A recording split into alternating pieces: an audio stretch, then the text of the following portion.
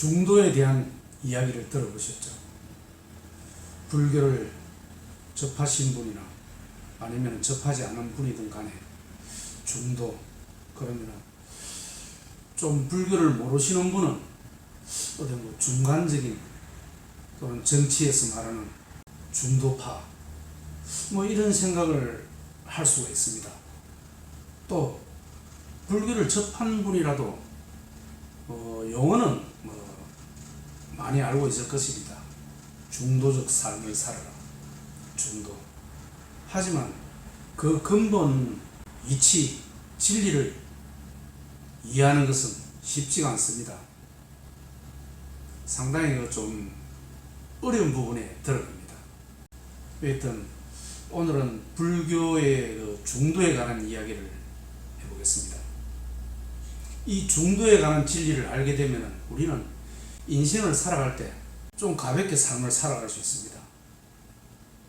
진실로 그렇습니다.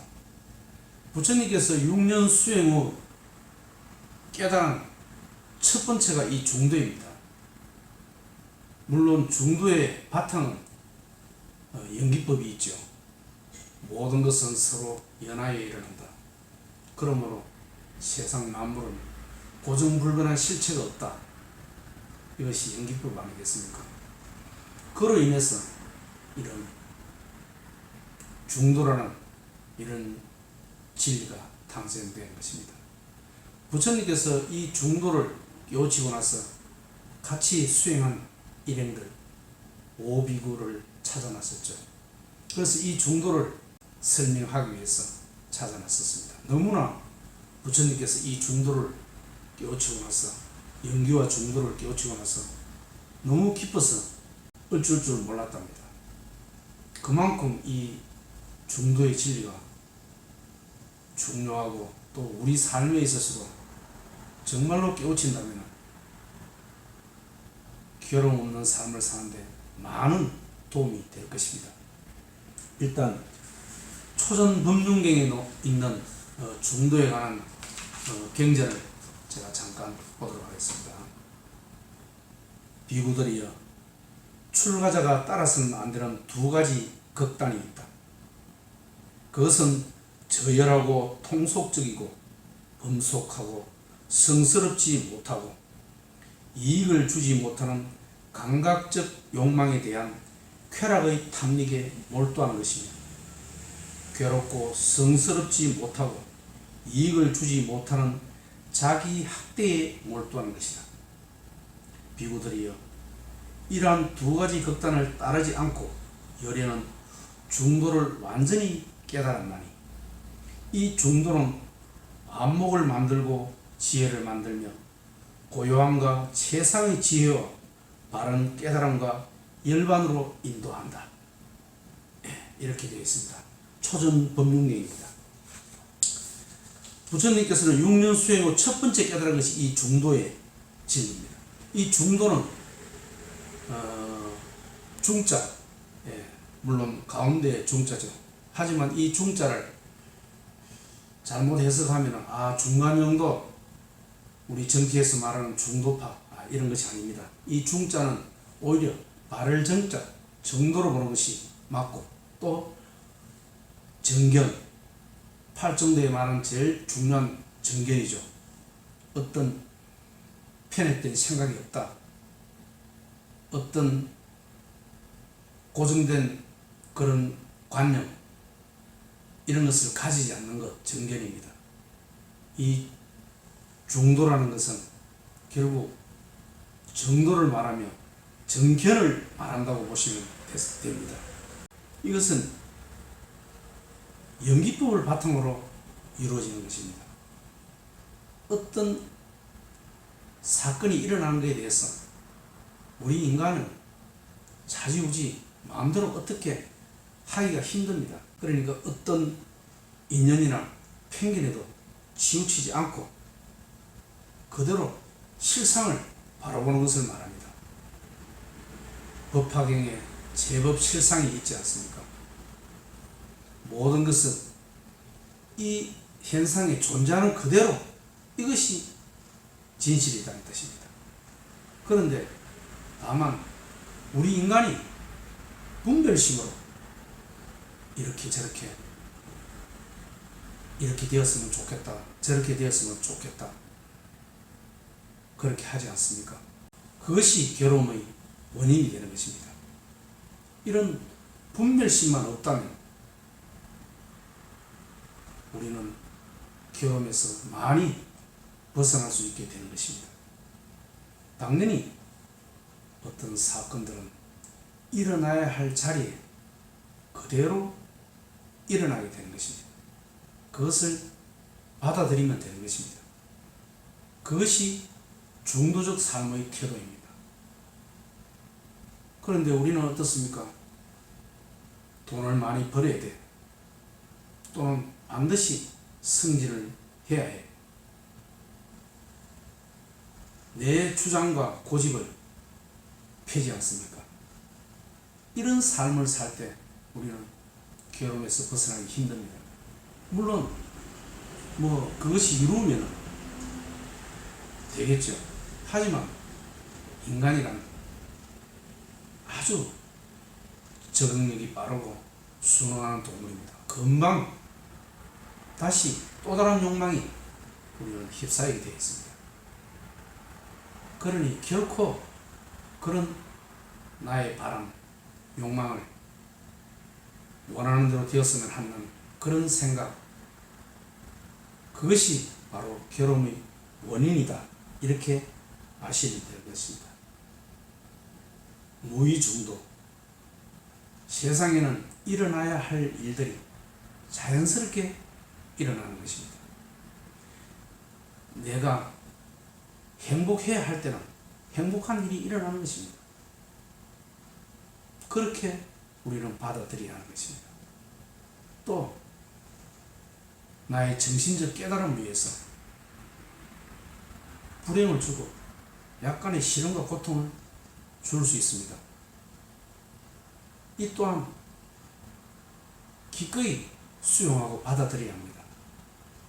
그런 마음 자세를 가질 때 우리는 삶을 한결 가볍게 살아갈 수 있는 것입니다. 그것을 거부하고 해서는 안 된다는 뜻입니다.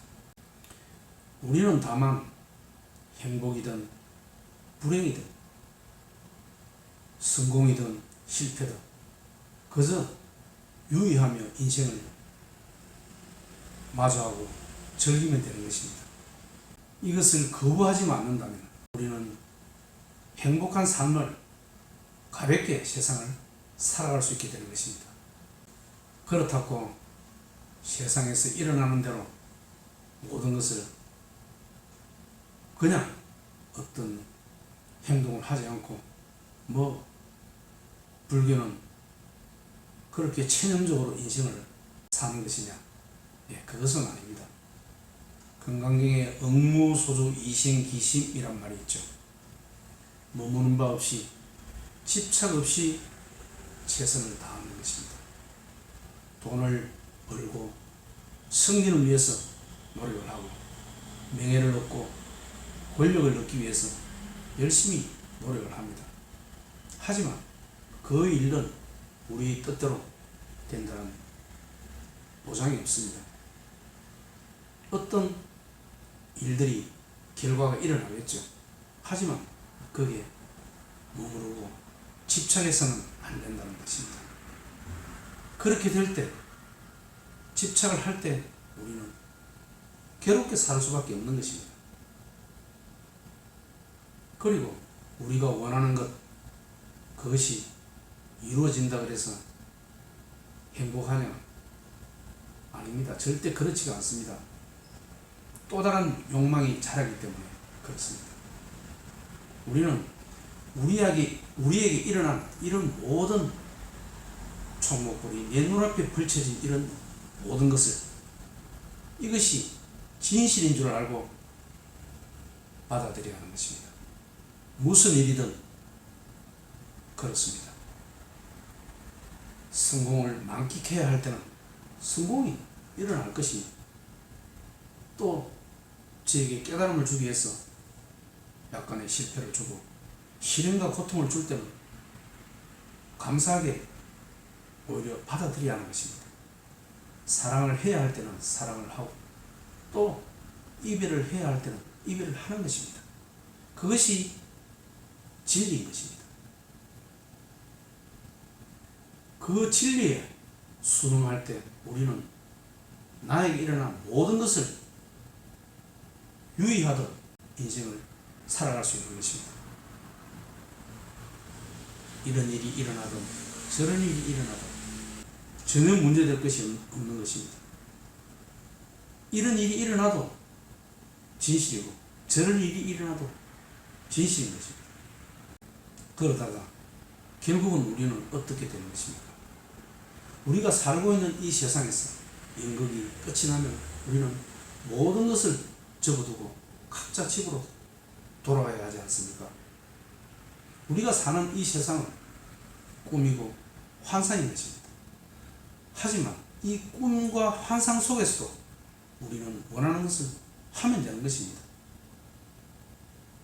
꿈 속에서라도 좀 즐겁게 행복하게 사는 것이죠. 하지만 반드시 우리가 바라는 대로 되지는 않습니다. 그것을 바라면 결혼이 온다고 그랬죠. 돈이 있으면 있는 대로 살면 되고 없으면 없는 대로 살면 되는 것입니다. 지금 내 눈앞에 펼쳐진 이런 현상, 이것이 그대로 진실이라는 사실을 알면 우리가 거부할 일이 없죠. 그렇지 않습니까? 돈이 있든 돈이 좀 없든 행복하든 좀 행복하지 못하든 사랑을 하든 뭐 이별을 하든 이런 모든 것들은 너무나 진실되게 나에게 일어나야 할 일들이 일어나는 것입니다. 그렇게 생각하면 되는 것입니다. 우리가 누구에게 보시를 하지 않습니까? 보시를 하는 것은 순리에 의해서 그 재물이 나에게 있던 것이 저쪽으로 가는 것이 순리인 것입니다. 그것이 진리인 것입니다. 제자리로 찾아간 것입니다. 그렇게 생각하시면 되는 것입니다. 세상 모든 일이 그렇습니다. 내 주변에 있는 물질들, 사람들, 정신이든 모든 것은 자기가 있어야 할 자리에, 제자리에 있는 것입니다. 그것이 진실입니다. 이것이 중도적 삶의 태도인 것입니다. 그러니 우리가 그것 때문에 괴로워할 일이 없죠. 자기가 있어야 할 자리에 있는데 무엇이 괴롭겠습니까?